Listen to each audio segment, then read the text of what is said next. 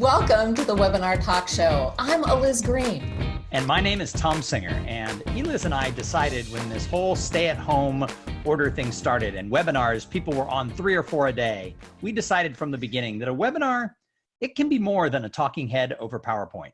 So we created this program called the Webinar Talk Show, where we can show you how to get great content from thought leaders without them just droning on over PowerPoint. And wow, do we have a couple of great guests? We have 2 guests today, Thom. Is that the first time we've had two guests at once? I think it is. And I could not be more excited. I've known Kim and Jason for a very long time. And in fact, they were part of my first mastermind group. So I got to see them right at the beginning of their career, and they have been talking about a concept they call adultitis and fighting adultitis for that entire time. Now, I will tell you, there were those of us amongst the speaker community who were like, sure, that's nice. Let's just wait and see what happens when they have kids. Because we all know adulthood hits hard and heavy when you become parents. Yes, but I have to add that I met them right after their first daughter was born, and they were able to live that brand with a baby in tow. They were out doing their work. I thought that was really good. And now they have 3 children.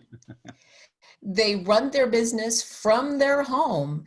I think they have a lot to teach us about how to do that well, because I know all of us are heading into a summer where, you know, the kids may be at home a little bit more than they have in the past, and we may be at home a little bit more than we have in the past. So it's just my joy to introduce all of you to Kim and Jason Kotecki, people who live their brand every day. Welcome, Kim and Jason.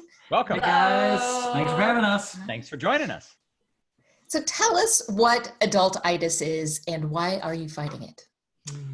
Well, adultitis, quite literally for anyone in the healthcare background, or if you paid attention to science class, would know that it means swelling of the adult, which sums it up pretty well.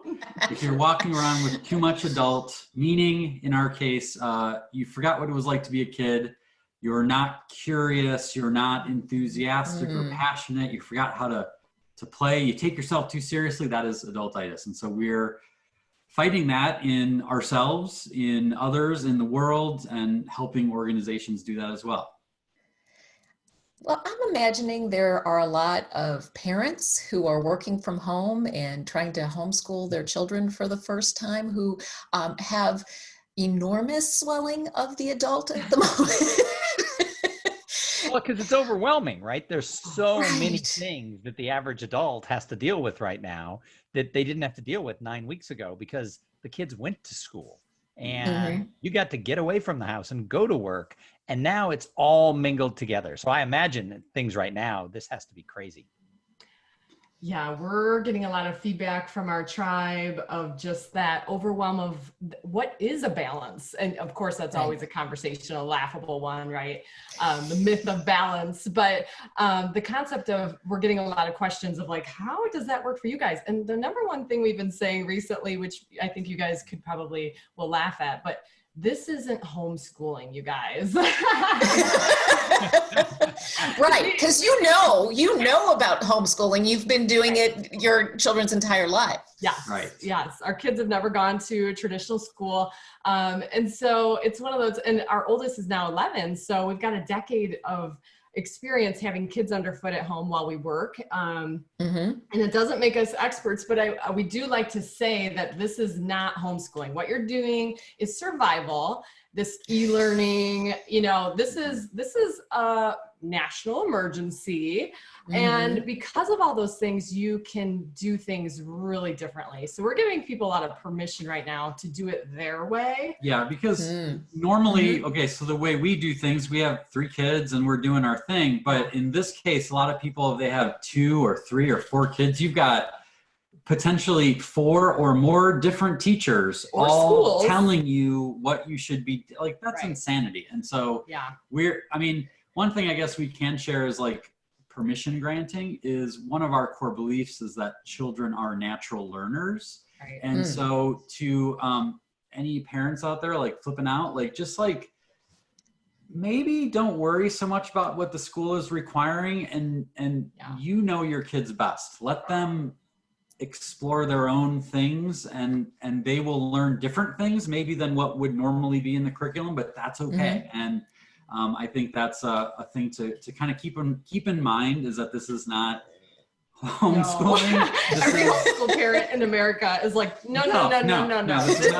This is called survival. Yes. So, and I think social emotional health has to be a priority now more than ever. I mean, it should always be a priority in schools, but now more than ever, the crisis that these kids have gone through of like overnight, literally, and then most kids had to go and get their stuff out of their desk. What a weird, traumatic experience. I'm a former educator, so all of this kind of comes back to like, I can't imagine the process that these children of all ages and even college students have had to try to process this on an emotional level, let alone how that affects mental health.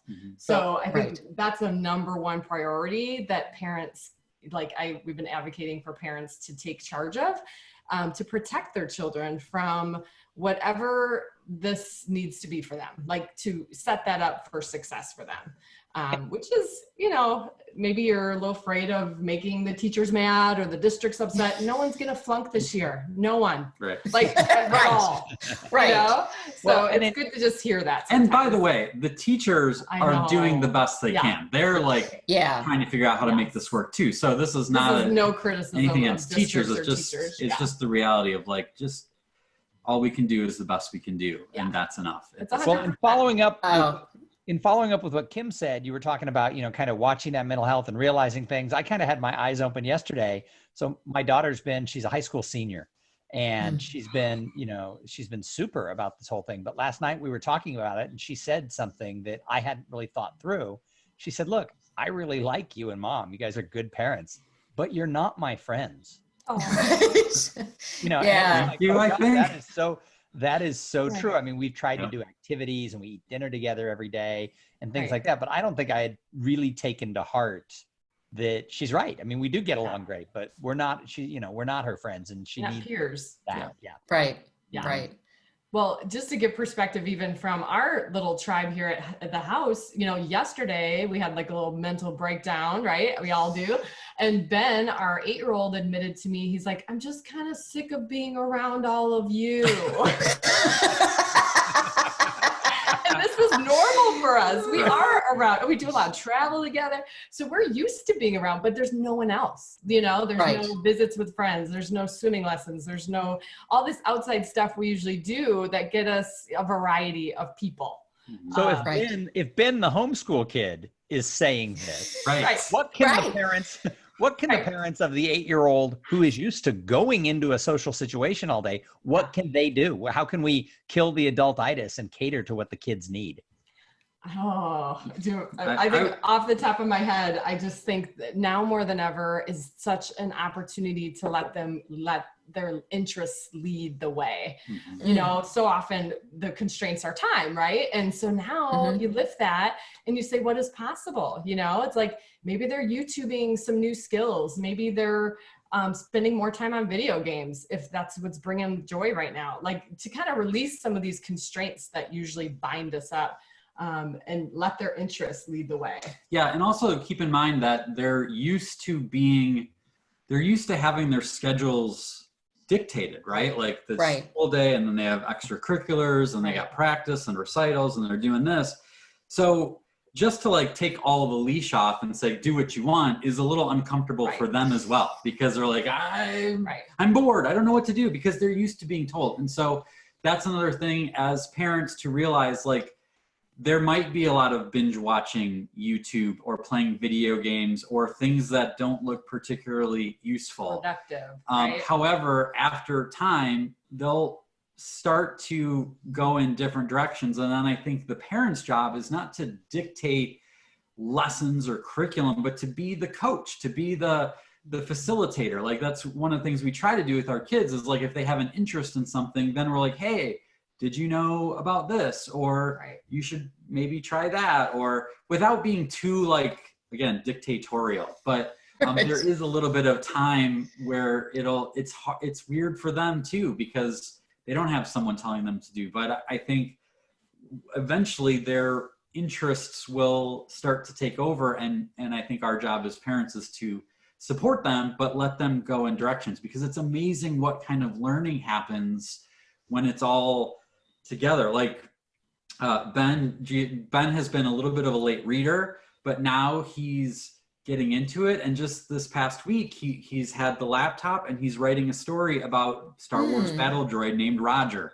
And he's, and we're letting him spell the way he wants to spell. And sometimes he asks us, how do you spell things?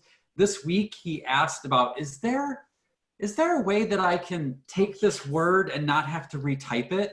And we showed him copy and paste, and his head blew up. He was like, and so I was like, and I told him, you now know more than my mom. I know you guys are a big fan of tinkering. Yes. Which anytime you're posting on Facebook and it's something about Jason is tinkering on this, or one of the kids is tinkering, first of all, I just love the word, but I think it's something useful, not only for the kids, for the adults, as we're a little lost. We're in this for a while now. I've cleaned out my office. I've cleaned out my inbox. Now I'm like, what's next? Right. Yes, that's been kind of our strategy from day one. And again, we talk about it a lot, so it was sort of natural, is like just exploring things. And the concept of tinkering to me is trying things without worrying about the outcome, that the outcome is the learning. And so from when we first got locked down, one of the things we started to do was a daily coffee chat with our people, our tribe. And we did 24 of them. It was on weekdays, and eventually burned ourselves out. And we're like, okay, this is not sustainable. Daily was hard. Yes. However, every single show, I tried to learn something new. So I tried to experiment with the camera setting or lighting or whatever. And over the course of that, it was like, wow, we did 24 shows. And so that was like 24 modules of learning that if I would have done that once a week would have taken me 24 weeks to do. And so then that led to doing a weekly show that's live now, that we're now going to have our 4th episode on, and that continues the learning. And now that's enabled us to bring something new to clients as we've been in touch with them of like, what do you need? How can we help? And so when we first started to say, hey, we should do a coffee chat, we didn't have this grand master plan of what it would turn out to be. And I still think there are things it's leading toward that I don't know yet, but the mentality is just to try stuff and don't be afraid to look like an idiot, because a 1-year-old who is trying to learn how to walk and falls and looks like an idiot doesn't stop trying how to walk. They just oh, that's part of the process. And somehow we forget that along the way as adults. We get really self-conscious of that. And so I know you've talked in the past, Thom, you've been doing this virtual stuff for years, right? And to see your first shows, you probably have them under lock and key because they're not very good. Just like our first shows no one's shows are very good. And so it's just like, but that's how you get good, is you start by being bad, and that's part of it. Well, absolutely. And even my podcast, right? I've done almost 600 episodes. Wow. And, episodes 1 through 100 don't compare. Same thing is true with emceeing a conference, whether it's live in person or whether it's live virtual. In that particular situation, you can't jump in and be a speaker or an MC the first time ever talking to a camera and expect it to be interesting and engaging. But after you've done 20, 30, 40 of them, it gets a lot easier. And so people have to do exactly what you're saying. Yep. Right. So what are you doing for clients now that you've done the coffee thing and it's morphed over here to something you can do for clients? Yeah, it's pretty cool. We are doing kind of a show format that is kind of like a morning talk show where we have the two of us, which is unique in and of itself. Similar to what you guys are doing here, right? You get to actually sit next to each other. I like that format of a talk show style interview. Right? and there is something about being able to customize it for a client, which is so exciting. So like last week we did one for a statewide association, and they had members. We asked them to have members send us pictures of things that they've been having fun with over the last 8 weeks. And so we literally highlighted. I can pull up a thing like that and have the pictures set up.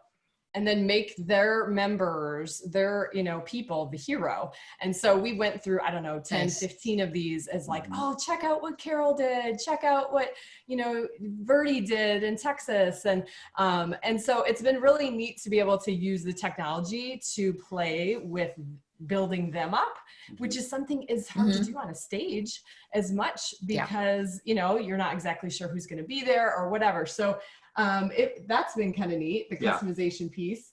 But go ahead. I was just going to say, I think one of the things, the obvious thing for a speaker is to be like, how can I take this that I do on stage and do it virtual? And like, that's sort of like 1.0, right? I think the next level is to be like, how can I take advantage of what virtual is that I couldn't do on stage, right? And so that, like, Kim and I, before we had kids, would sometimes speak and share the stage together. That doesn't work as well when you have babies, right? And so this is a format we can do together. Kim brings a whole nother level and perspective and just a different lens that is cool. And we can do that here. One of the things, I don't know if I'll be able to do this or not, but as you guys know, I'm an artist. And so one of the things that's been kind of fun to be able to do here on virtually is to try to do a setup like this where I can draw on my screen here and I can talk to people, and we've been doing like little lessons where I'll draw something like that. Don't scribble on it. And it's been cool because on our weekly shows, we'll do like a step-by-step, almost like a Bob Ross kind of thing. We call it Bob Ross meets Zig Ziglar. Yeah, a little bit of that. There's a little bit of a motivation there. Yeah. It ties into the artwork, but it's like a step-by-step thing where people can draw with us. And it's like, you can put this on employee memos. You can scribble it on your sidewalk in front of your house and things like that. So that's been a really cool thing that, yes, I can draw on stage, but not in this way as easily. This sort of lends itself a little bit better. So, being able to tie in like fun sound effects. Are you guys having a killer time? Just like it just adds a little bit different things that I couldn't do just on a stage. So so far we've gotten really cool feedback from people. And again, one of the things we kind of thought about when this first started was, okay, I look at myself as a professional speaker and there are no stages to speak on. And the reality is like, maybe I'm not a professional speaker. Maybe in my case, I'm a professional encourager.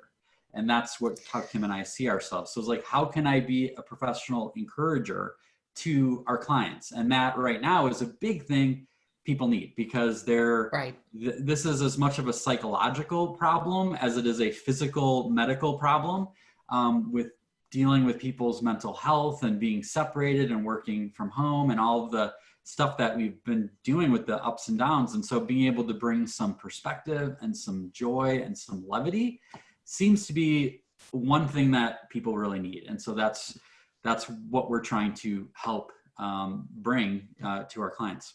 So Jason, I love the term professional encourager. And I think so many of us could just steal that from you and run with it, because it is what we do. But we won't. We won't. Or at least we'll give you credit. But my point is that I think like the mind of a child, when we're talking adultitis, kids are super resourceful, and you give them the role of a paper towel and they become a pirate and they have the whole thing. And as adults, we don't necessarily do that. And what you just demonstrated is, I see myself as a professional speaker. That world is changing. Now I'm a professional encourager. I can do that without a stage. So what are other things that people can do to just shift their point of view and be able to recreate themselves in a more sellable or doable manner in this strange world? Yeah, I mean, I think it's easy to overthink it. I think you have to look at like what are the benefits you bring to people, like that's on your sales page or whatever. I mean, I think of entertainers, like I've been happy to see someone like Jason Hewlett, who is it's like, just make me laugh, like make us laugh. We need people to make us laugh. Play your music, right. do your thing, right? Don't overthink it. I think people who are good at bringing, I saw the other day Neen James, right? She's great at productivity and helping people pay attention to what matters and get things done. And like, we kind of need that now. We need someone to help us focus and organize with this new situation we find ourselves in. And so the things that we're good at, you know, Thom, Eliz, you guys are at NSA, you have always been good at bringing in interviews, bringing people together, helping put a spotlight on other people's genius. Like that doesn't have to be done in person as you are shown. Right. And so I think it's get out of your own way, you know, stop overthinking it and say, what do I really do? I think a lot of the old days where the railroad companies went out of business because they thought they were in the train business and they were really in the transportation business. And if they would have realized they were in the transportation business, maybe they would have gotten involved in airplanes or other sorts of things. And so that's we should be flying Santa Fe, right? Yes, exactly. But we get caught in that, like, oh, but I'm a speaker, so I have to do this on a stage or whatever. And hopefully, I mean, the way I'm looking at it is that this isn't forever. Now, in our business, it's almost like once things open up, that's only the first stage for us, because the mass meetings are even further down. However, they'll come back eventually. It might be way longer than we want, but I'm hoping like, well, if we can build a different part of our business model, then when that does come back, man, we're going to be flying, because now we've diversified in such an amazing way that the actual getting paid to be on a stage is gravy. And I'm like thinking now, the ability to do a program in my boxer shorts. Like, wait. Suddenly the in-person, I have to get on a plane and spend 3 days out of the office. Suddenly my speaking fees are getting higher and higher and higher, because I'm realizing how valuable that is. So there's just a lot of neat ways to look at it if you give yourself permission to. I think that's so smart. And it sounds like it is so much more outcome oriented as opposed to delivery oriented. Yes. You know, what can you actually provide people? You can get to the same place in any delivery system as long as you know what that outcome is going to be.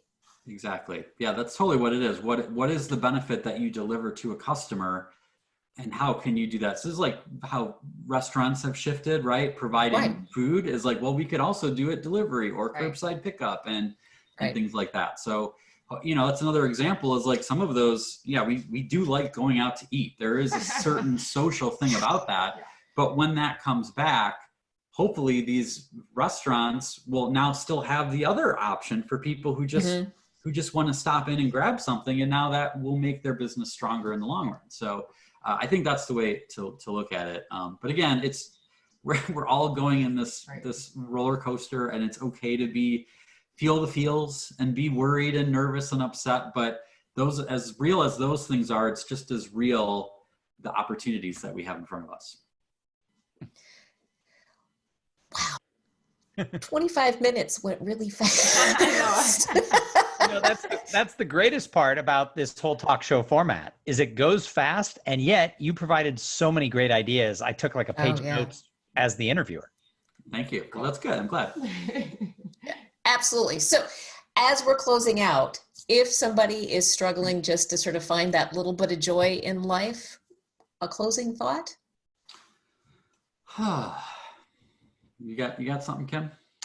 Yeah, I think to basically use this extra time, I think, you know, everybody's focusing on what has been taken away, you know, between the weddings and the graduations, and to basically kind of shift the mindset to what you now have. And that gift of time is something that we all know is so priceless. So to kind of just shift your perspective, look at it as an opportunity to kind of be in the now, a little bit more present with those who mean the most to you. Yeah, and I would say the idea of kind of what I alluded to is like, yeah, there's difficult challenges that we're all experiencing, and those are legitimate and real. And so I try not to pretend like I'm just this like happy, joy guy all the time, because I try to be, but I think every day is a choice. Am I going to see, if I look at a field of dandelions, do I see those as weeds or do I see them as wishes? Both are true. Both are totally true.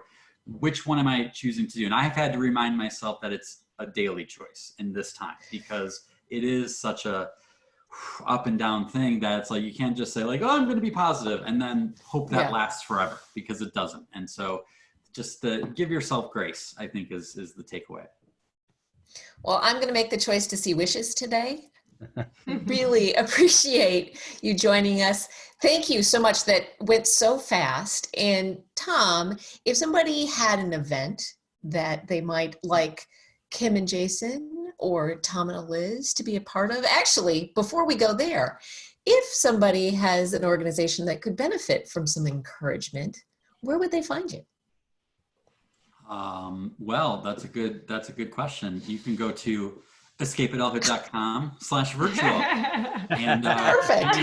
anyone who's interested in that goes to our website and the virtual offering we have, but it's also a homepage for all of our other stuff we have going on. So I thank you for asking that. Yeah. That's Awesome. great. Well, people really need to get more encouragement that direction. Where would they find us, Thom? You can go to webinartalkshow.com, or you also can find us on the Facebook page. That's the Webinar Talk Show. So please join us there. You can find on the Facebook page all of the past interviews that we've done for the last several weeks. And you can kind of explore how this format is so much better than talking heads over PowerPoint. Absolutely. We'll be back on Wednesday. We have Omokongo Dibinga talking about finding common ground in uncommon times. I'm excited for that one too. We'll see you on Wednesday. Thanks for having us, you guys. Thank you.